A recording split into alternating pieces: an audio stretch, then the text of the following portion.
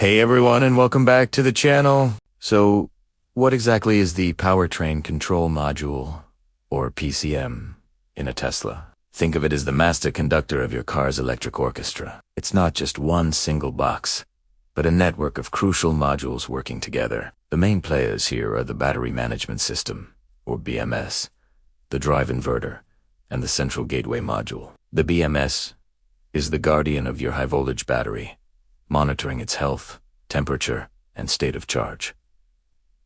The drive inverter is the muscle. It converts the DC power from the battery into a C power to spin the electric motor. And the gateway module, it's the central router, ensuring all these different systems can talk to each other and to the rest of the car. When you get a U0293 code, it means one of these key players has gone silent. The communication protocol they use to talk to each other is the CAN bus, which stands for Controller Area Network. It's like a two-wire highway where digital messages are constantly being sent back and forth. If there's a break or a short in this highway, messages get lost, and that's when our U0293 error appears. The symptoms can be dramatic. You might get a car unable to drive or powertrain require service message on your screen. The car could go into a reduced power mode, or worse, it might not start at all. It's the car's way of saying, hey, I can't trust my own powertrain right now, so I'm shutting things down for safety. Now, let's get our hands dirty and talk about diagnosis. Where do we even begin? The first step, always, is a thorough visual inspection. Remember, we're looking for a break in communication.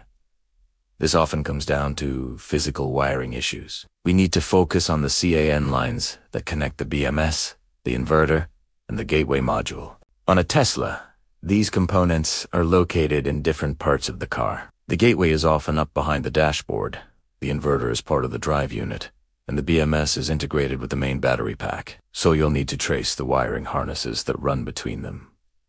Look for any signs of damage. Have any wires been pinched, stretched, or chafed? Rodents love chewing on wiring, so keep an eye out for telltale gnaw marks. Another huge culprit is corrosion, especially on connectors and ground points. The CAN bus is very sensitive to poor grounding. A loose or corroded ground can introduce noise into the system, garbling the communication signals. Use a wiring diagram specific to the Tesla model. You're working on this is absolutely critical. It will show you the exact pinouts, wire colors, and locations of all the relevant connectors and ground points. Check the ground straps connected to the chassis and the powertrain components.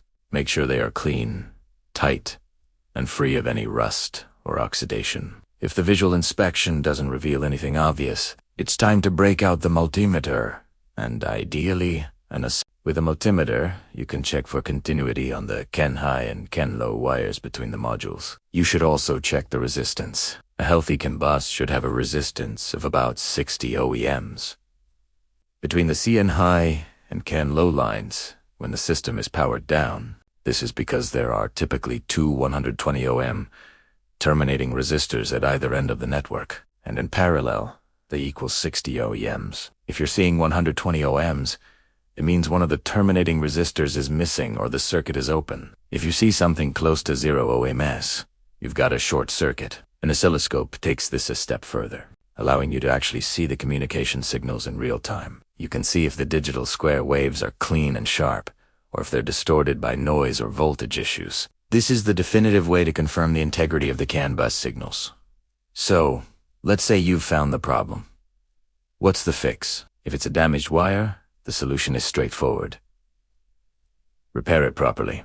Don't just twist wires together and wrap them in tape. Use a proper butt connector with heat shrink to create a sealed, durable repair that will last. If a connector is corroded, clean it carefully with an electronic contact cleaner and a small brush. If the damage is too severe, the connector or even a section of the harness may need to be replaced. If the wiring and grounds all check out perfectly, then the fault likely lies within one of the modules itself. The gateway, the BMS, or the inverter could have an internal failure preventing it from communicating. This is the more expensive scenario. At this point, you'll need advanced diagnostic tools to pinpoint which module has gone offline. You might be able to communicate with some modules, but not the faulty one. Swapping a module on a Tesla isn't just a physical replacement. The new module will need to be programmed and configured to the vehicle.